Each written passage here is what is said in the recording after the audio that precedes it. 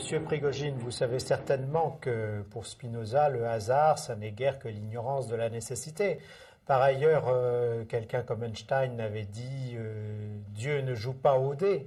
Qu'est-ce que vous en pensez de votre côté? Mais, évidemment, c'est le point de vue classique, n'est-ce pas? C'est de dire que, au fond, nous avons une apparente liberté peut-être, mais que le fond de l'univers est déterministe. Moi, j'ai toujours aimé l'image de Popper qui disait que alors nous sommes comme au cinéma où nous voyons un film et nous ne savons pas qui a tué ou qui va être tué, mais le réalisateur le sait. Et nous sommes là comme des spectateurs d'un film qui est déjà joué. On se demande à quoi servirait alors l'univers, à nous faire répéter une pièce qui est déjà faite. Ça me paraît quand même peu vraisemblable. Moi, j'ai toujours pensé, comme Valéry, que l'univers est plutôt construction, que le futur n'est pas donné. Mais cela, ça pose le problème du lien entre le déterminisme et la contingence. La mécanique classique, évidemment, et la mécanique quantique, j'y reviendrai, sont des sciences déterministes. Et c'est ce qui a conduit au démon de Laplace.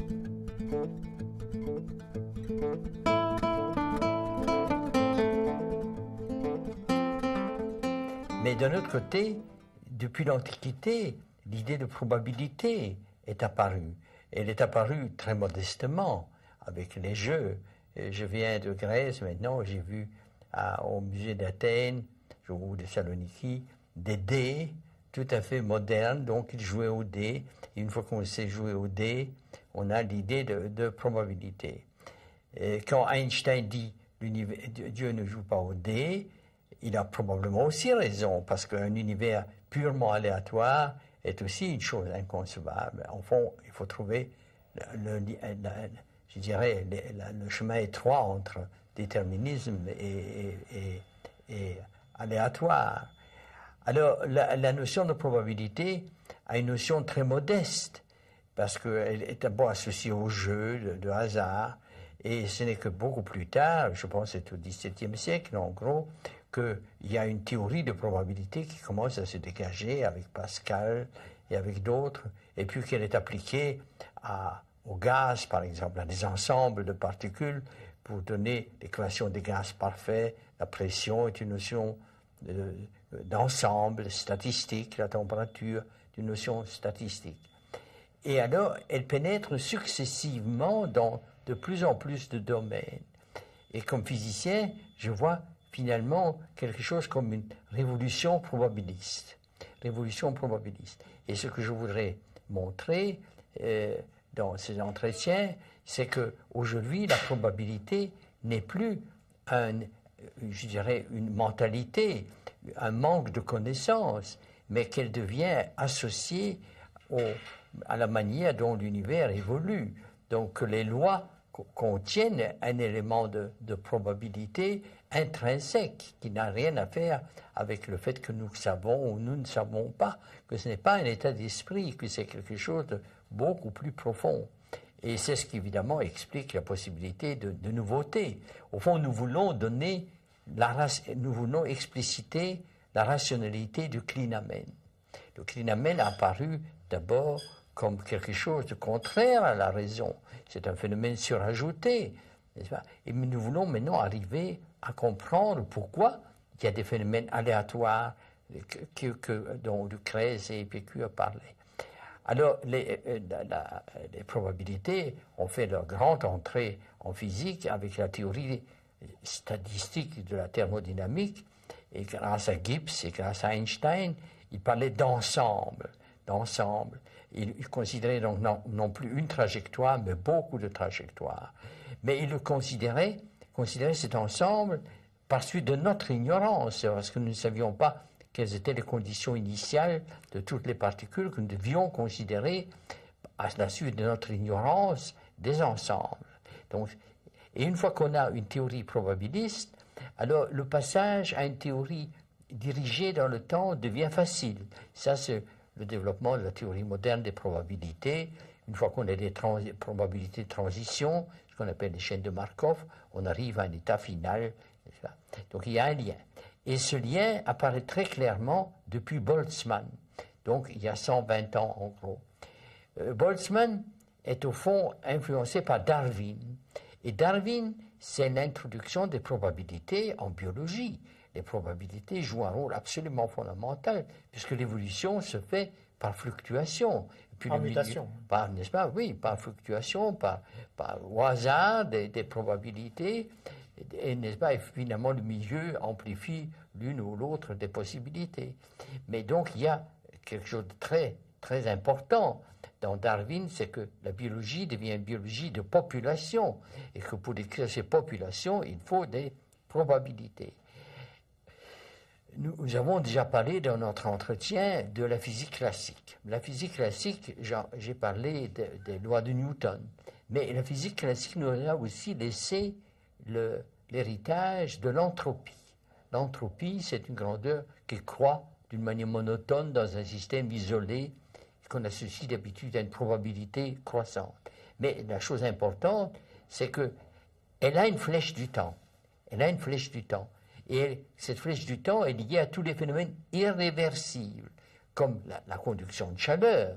La conduction de chaleur se fait du chaud vers le froid. Donc, il y a un élément irréversible. Donc, en fait, quand nous observons le monde, nous sommes en face de deux types de phénomènes. Les phénomènes réversibles, le mouvement de la Terre autour du Soleil, et les phénomènes irréversibles, toute la chimie est irréversible, toute la biologie est irréversible. Donc, au fond, les phénomènes réversibles ne touchent qu'une partie de notre univers. Alors, donc, il y a un heurt des doctrines. Et comme Whitehead l'a écrit très joliment, le heurt des doctrines, c'est une occasion, c'est l'occasion d'approfondir. Et au fond, c'est un problème qu'on essaie d'approfondir depuis une centaine d'années. Boltzmann lui-même pensait donner une théorie mécanique de l'entropie, donc de l'évolution. On lui a dit, halt, c'est contradictoire, c'est en désaccord avec les lois fondamentales qui sont réversibles. Alors, quelles sont les possibilités? Ce sont ces possibilités que vous trouvez encore dans tous les livres. L'une, c'est de dire que l'irréversibilité est une approximation, provient de nouveau de notre état d'esprit. C'est parce que nous ne savons pas qu'il y a probabilité. C'est notre ignorance qui crée la probabilité et qui crée dès lors la flèche du temps. Ça me paraît très bizarre parce que alors c'est notre ignorance qui créerait la chimie et qui créerait finalement la vie. Et nous serions en quelque manière des pères de l'irréversible au lieu d'en être les enfants. Alors l'autre considération qu'on trouve aussi très souvent, c'est une considération cosmologique qui revient à dire, ah oui, mais l'univers, à son point de départ, était hautement organisé, maintenant il ne fait que se désorganiser, c'est ça l'entropie. Mais ça, c'est aussi simpliste, parce qu'aujourd'hui même, nous avons des phénomènes réversibles et des phénomènes irréversibles. Pourquoi les conditions initiales de l'univers ne se manifestent pas dans les deux? La chose intéressante, c'est la variété que nous trouvons aujourd'hui. Donc, faire appel à des conditions initiales n'est pas la solution du problème. Et donc, je vous ai cité la biologie, je vous ai cité la physique statistique, la thermodynamique, où partout la notion de probabilité joue un rôle. Alors évidemment, un autre domaine où elle joue un rôle très important, c'est la mécanique quantique. La mécanique quantique a une grandeur fondamentale qui est une amplitude de probabilité. C'est-à-dire que son carré vous donne une probabilité. Elle vous dit, par exemple, quelle est l'amplitude de probabilité de rencontrer un électron à une certaine distance du noyau dans l'atome d'hydrogène. Donc, pour vérifier, il faut faire beaucoup d'expériences. Il faut répéter. Il n'y a pas une réalisation unique. Chaque réalisation correspond à une réalisation d'une probabilité. Mais la mécanique quantique conduit à des difficultés.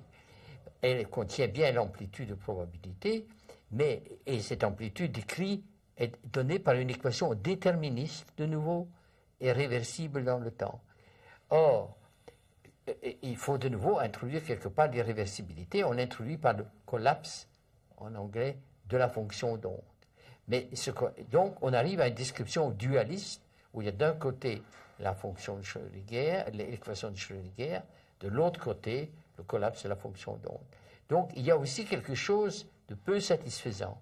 C'est la raison pour laquelle beaucoup de chercheurs ont cherché à introduire un déterminisme dans la mécanique quantique, et notamment Louis de Broglie, et notamment David Bohm, mais les expériences faites à Paris, les expériences célèbres d'Alain Aspect, ne semblent pas être d'accord avec cela. Donc il faut au fond arriver à fonder les probabilités d'une manière plus générale, je dirais. En somme, la mécanique quantique introduit déjà les probabilités, mais elle ouvre deux chemins. Ou bien le retour à l'orthodoxie par les variables cachées, mais ça, à mon avis, même si ça pouvait se réaliser, ne donnerait pas la solution au problème du temps, parce que la mécanique classique ne connaît pas non plus la flèche du temps. Ou bien, au contraire, accentuer le caractère probabiliste. Et c'est dans cette direction-là que je suis allé.